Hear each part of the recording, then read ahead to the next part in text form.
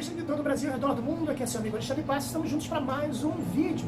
No vídeo de hoje nós vamos falar sobre morar perto da igreja ou morar longe da igreja. E aí, como é que é esse dilema do cristão morar perto ou longe da igreja? É o que a gente vai falar sobre isso. Peço a você para se inscrever no nosso canal, não se esqueça de se inscrever no nosso canal, clicando no sininho para receber as notificações e não se esqueça de fazer o seu comentário, o que você acha, qual a sua opinião. Você acha que é melhor morar perto ou morar longe da igreja? É o que a gente vai ver no nosso bate-papo de hoje, ok? Bem, vamos lá. Morar perto de igreja é bom. Morar do lado da igreja é ruim, é péssimo. Morar em cima da igreja é pior ainda. Morar vizinho da igreja é uma coisa terrível. Eu não estou falando disso. Eu estou falando disso. Aquele que mora em cima da igreja sempre é aquele que fica com a chave para abrir a igreja, sempre é aquele que, quando alguém faltar, ele vai querer ir na sua casa para tomar um café, chegou um pouquinho mais cedo, vai querer ir na sua casa para tomar um café, ou acabou o culto, ele vai querer ir na sua casa para tomar um café, ou então você vai ser chamado qualquer hora, né? Porque a pessoa acha que você tem obrigação, que você mora do lado da igreja, você tem obrigação. Normalmente a igreja deixa a chave com a pessoa que é vizinho da igreja, para poder abrir uma emergência. Acho até que isso é válido, tá, gente? Que não pode perturbar o morador. Mas a questão aí é a questão, por que as igrejas estão trabalhando tanto com a centralização? E muitas estão tirando, ou diminuindo, ou reduzindo a questão das congregações. É claro que existem igrejas, denominações que trabalham com congregações e denominações que não trabalham com congregações. O problema é que agora estão se fazendo as catedrais, as grandes igrejas, e estão mandando todo mundo para lá. As igrejas que trabalham, por exemplo, em célula, elas trabalham da seguinte forma: faz a célula durante a semana e no final de semana pega essas pessoas e leva elas para o templo, né? E eu quero bater esse papo com vocês sobre essa problemática, porque acaba sendo uma problemática. Pense comigo. Você faz um trabalho durante a semana de célula ou um trabalho de grupos pequenos, e aí você ganha pessoas que são seus vizinhos para Cristo. Imagine, você já tem dificuldade às vezes de ir para a igreja, talvez chuva, talvez ônibus. Eu, por exemplo, morava num bairro que eu pegava 2 ônibus para ir para a igreja. Então, no final de semana, diminuía mais ainda a questão de ônibus. E às vezes eu ficava na mão. Eu tinha que pegar aqueles 2, 3 ônibus, ou pegar 2 ônibus e ir a pé, ou pegar um ônibus e andar bem mais a pé. Então isso dificulta as pessoas de chegar na igreja. Então esse é um problema de quando você tem uma igreja centralizada, um grande templo, sei lá, uma catedral, um grande templo, e as pessoas têm que todas irem para lá. Por isso que as congregações são importantes, a existência de pequenos núcleos, de pequenas comunidades. Para quê? Para que estas comunidades cresçam naquela região. Então vamos supor, tem um grupo de pessoas que estão numa região, e aí todas essas pessoas...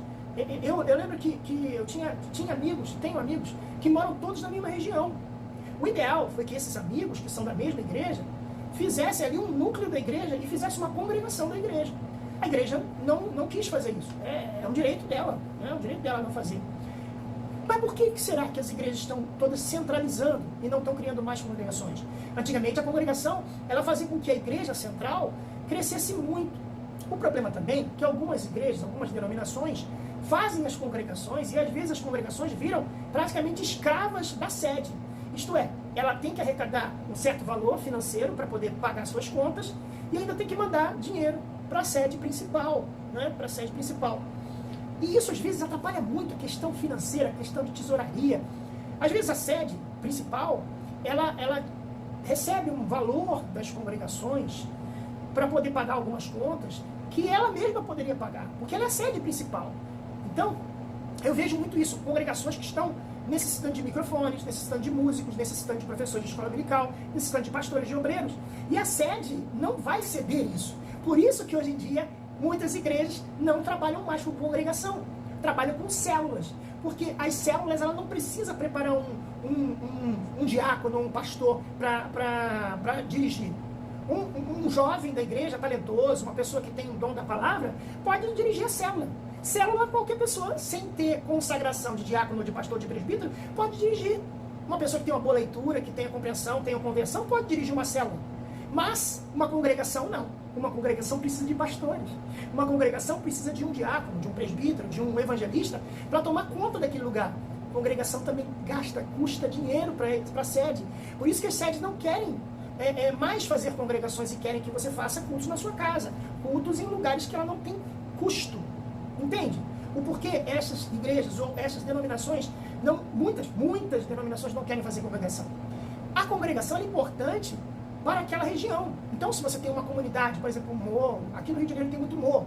Então, você tem um morro, sei lá, Morro do Juramento, e você tem lá 10 pessoas que são moradoras do Morro do Juramento, e elas têm que ir para a sede que fica em Copacabana, é muito falta de inteligência e não abrir uma igreja no Morro do Juramento.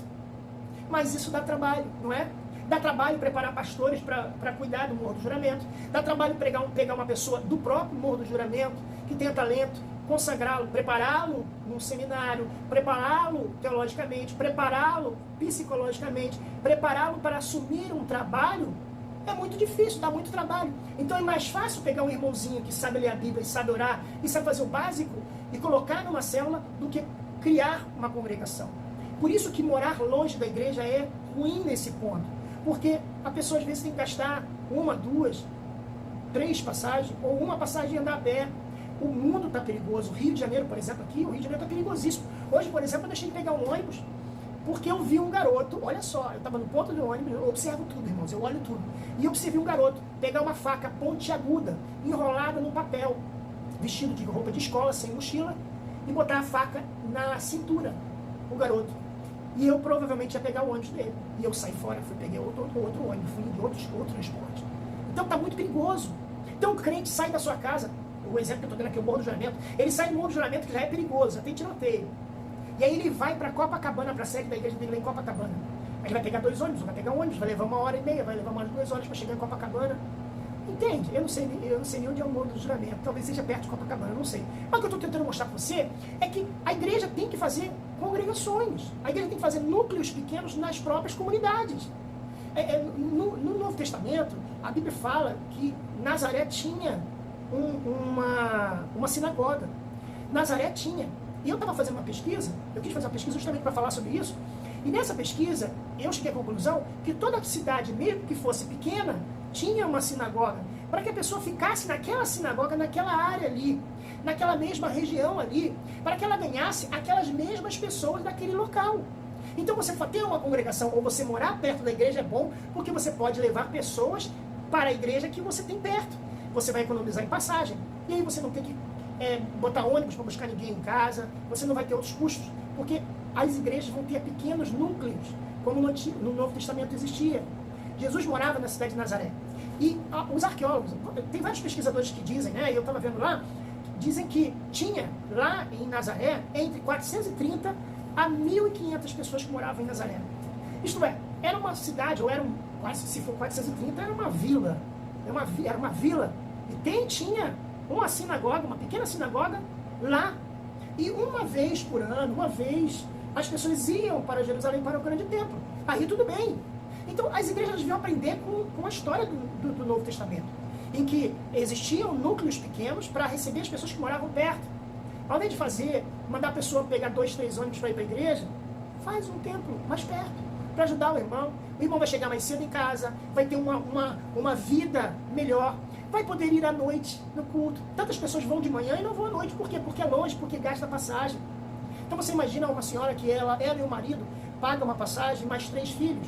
Quanto que ela vai gastar para ir domingo de manhã e domingo de noite? Irmãos, pastores, igrejas, denominações, façam congregações perto das comunidades onde as suas ovelhas moram.